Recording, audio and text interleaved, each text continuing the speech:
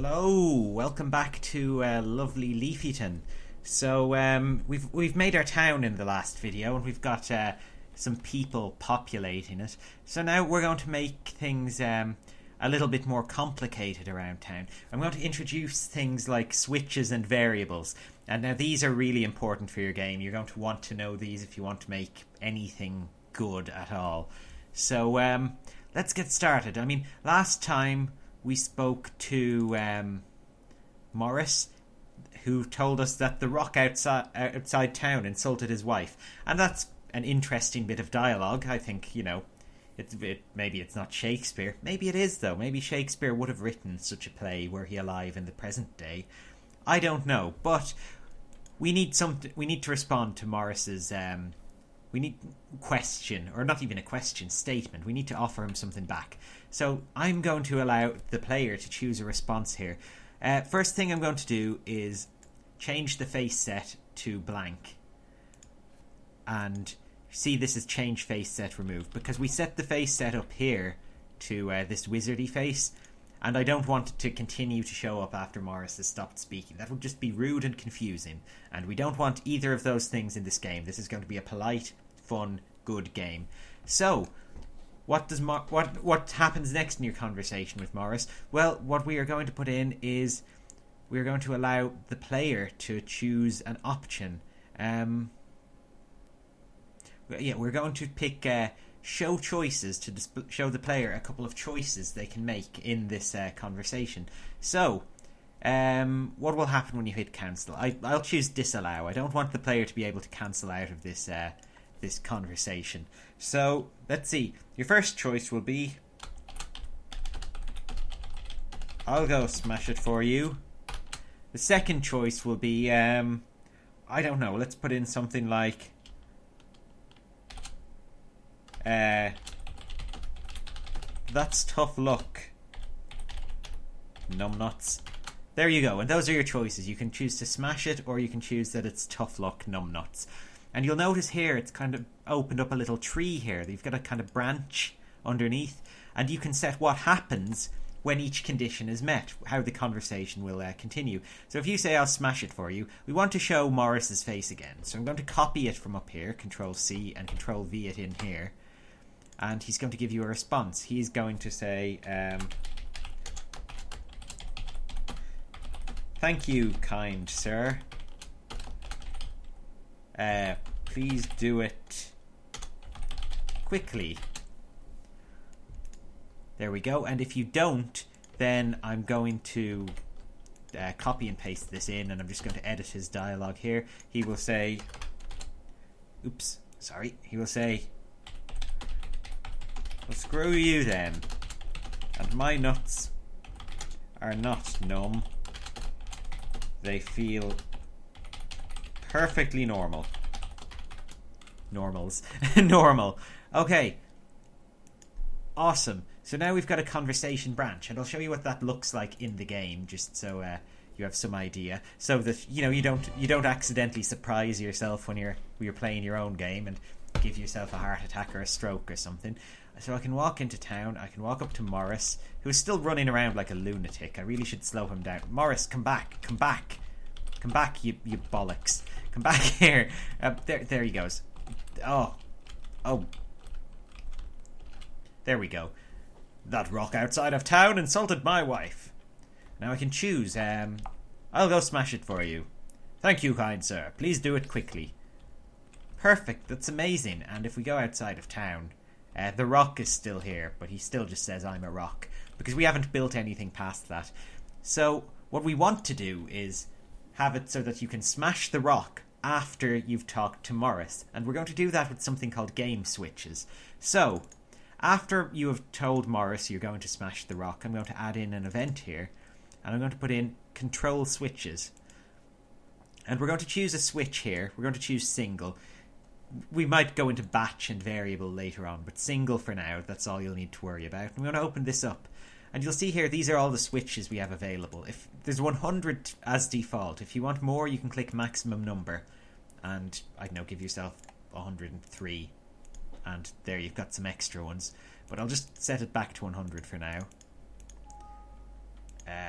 And yeah, I'm going to click on this first switch and I'm going to give it a name. I'm going to call it Morris Mission. Accepted? Oh, I can't fit in accepted. Morris Mission, we'll just call it. And we're going to set that one to on. Now, when you talk to Morris, the Morris Mission switch is on. And we don't want to be able to accept the mission from him multiple times. So what I'm going to do is I'm going to click to add a new page up here. And you see, this is like it set up a whole new blank Morris event. But over here in conditions, I'm going to tick this switch box. And I'm going to make sure Morris Mission is on. So basically what this does is when you talk to Morris, if Morris Mission is on, you will get this version of him. But if it isn't on yet, you'll get this version of him. So you've turned on Morris Mission. So I'm just going to copy across his face set and some dialogue from over there. And he is just going to say to you, have you broken that rock yet? And there you go. But maybe Morris doesn't like being called numbnuts. So let's put in another switch here if you choose the negative, and we will turn on. We will call this Morris Insulted, and it gets turned on. Now we're going to add another page for this, and I think actually what I've done here is I've put the page in at this level, and it jumps up to number 2, and this means that if the Morris Mission switch is on, it will take priority over this switch. Whereas if I click new page from Morris Mission, this would be in 3. So this would take priority over the Morris Mission switch. Sorry if that's confusing. I guess you'll see the effect now. It doesn't really matter, actually. It won't have much of an effect in this particular case, but let's go for it. So if Morris is insulted, then he's going to not be as friendly to you. He's going to say,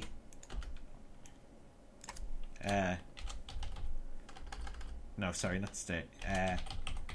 Please don't criticize my nuts in the future. And what I'm going to do is I'm going to change the face set there. I'm going to change it to a blank one. Click remove there to get blank.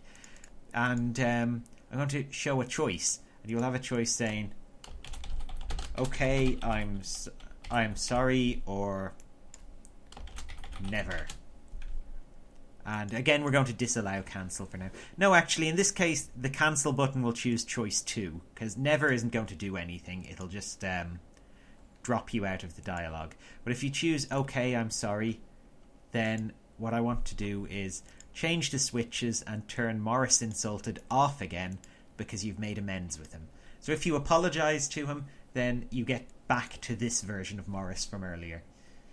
So those are the basic switches for Morris set up. So we can accept a mission for him, or we can insult him and then apologise to him.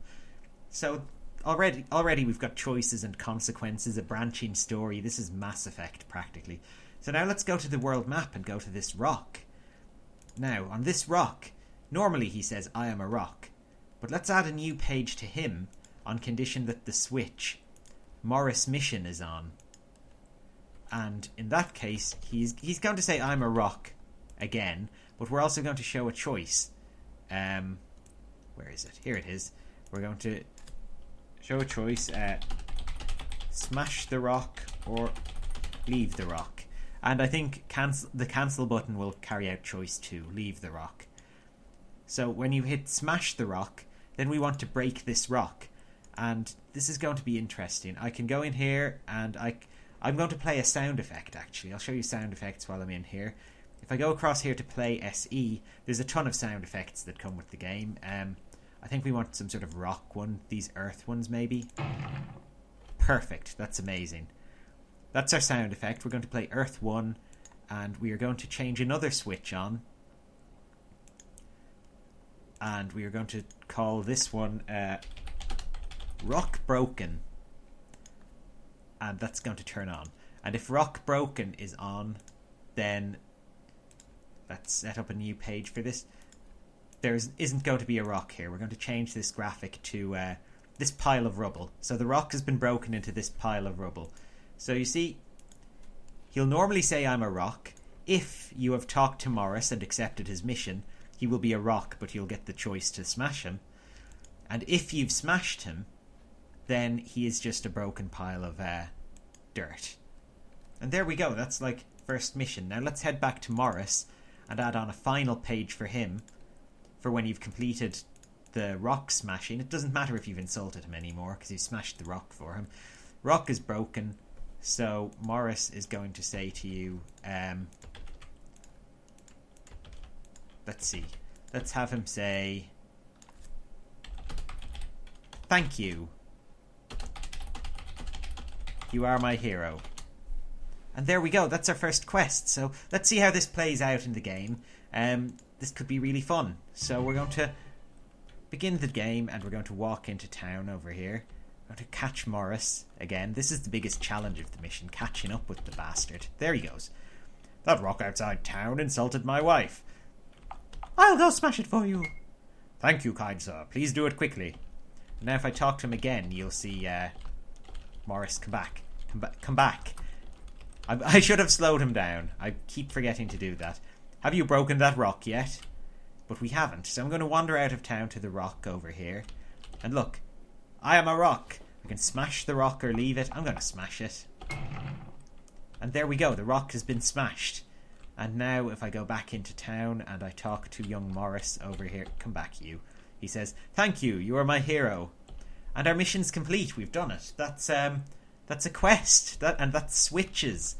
So hopefully now you know how to use switches. But there's something very similar I'm going to introduce now, which is called variables. And variables are like switches, except instead of just being on or off, they can contain a number. And it can be any number you like. Well, I suppose within certain limits. But for example, let's say you have finished this mission for Morris. I'm going to change this a bit. He's going to say, thank you, you are my hero. And then let's have him say something else. Instead of thank you, you are my hero, he's going to say, oh, what would be good? Thank you, you are my hero.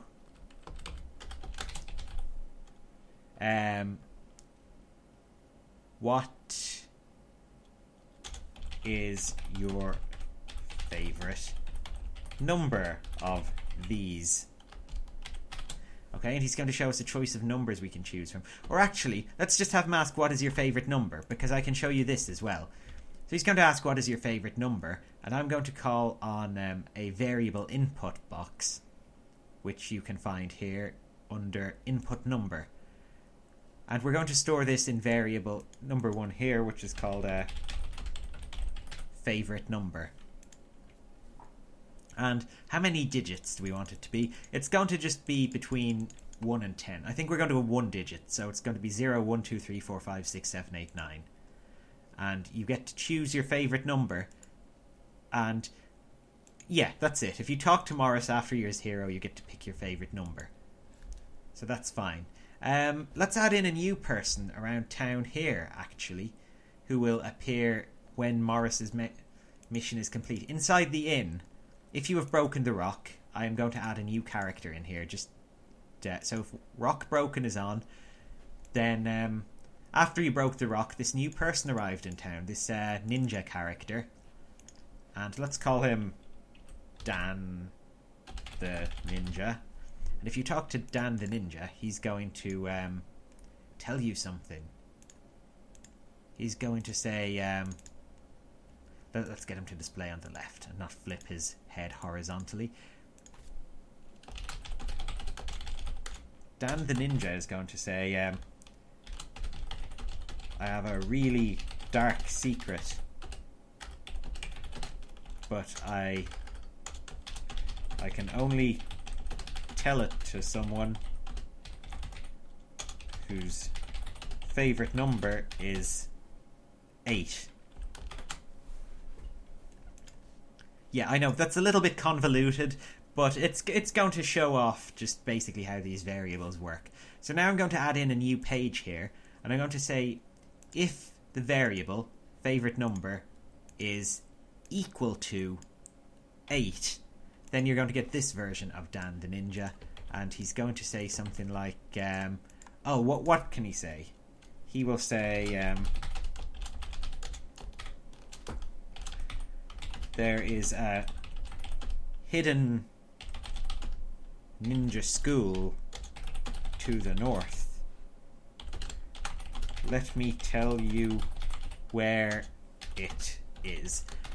And after he's told you that, I'm going to turn on a switch here called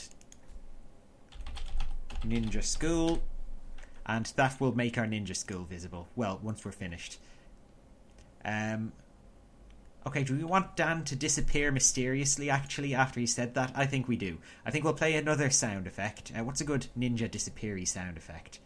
I think there's, what are they called in here?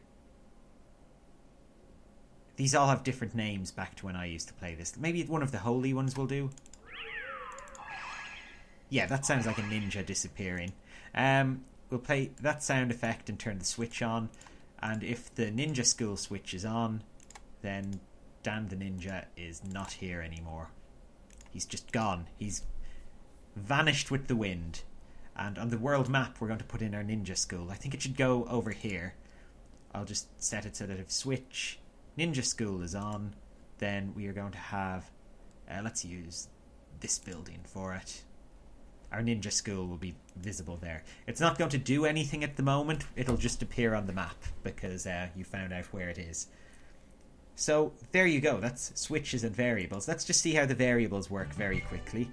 I don't want to have to go through that big quest to break the rock again with what's his name, Morris. So what I'm going to do, this is a little cheat thing. If you're in the game in debug mode and you press F9, you can actually open up this menu and change your switches manually.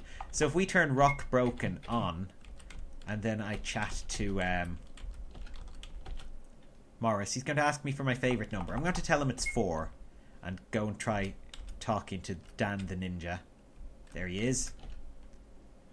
I have a really dark secret, but I can only tell it to someone whose favourite number is 8. Now that's a shame, but luckily we can change our favourite number by talking to this dude again. Come back here. Come back here, Morris. Come back. Yeah, my favourite number is 8 now, Morris. Thank you very much. And we'll go in and we'll chat to Dan the Ninja. There's a hidden ninja school to the north. Let me tell you where it is. And he's gone. Like a mysterious cloud. And we'll just walk out of town and head north. And sure enough, there it is. We can't go in yet. There is no inside yet. It doesn't exist. But the ninja school is there. So that's good. That is pretty good. But let's do something a little bit more complicated with switches and variables. What if you don't want to do a new page? What if you want to just, change something minor in the dialogue? So let's say here you talk to Doris and she says, "Kya ha ha, come into my gingerbread house, little boy. It's not actually gingerbread." We want her to say something different if you've spoken to Dan the Ninja. And you don't want to go to the effort of going to a new page, setting up your switches, choosing your graphic. What you can do instead is you can choose to put in a conditional branch here. So she will always say, "Kya ha ha, come into my gingerbread house, little boy." But we're going to add in a conditional branch afterwards here. So yeah, conditional branches are here on the third page. So what we're going to do is, on the if your condition is that your favourite number is, and I'm going to show off some more fancy variable stuff as well, is let's say if it is less than or not equal to, I don't know, there's so many choices here. Let's say if your favourite number is less than 5, then she's going to say something else to you. She's going to say, I don't know, see, we've got a conditional branch here. You've got if it's true and else. This is if it's not. So if it is true, if your favourite number is less than 5, she's going to say, let's see, I like it when people have low favorite numbers. Have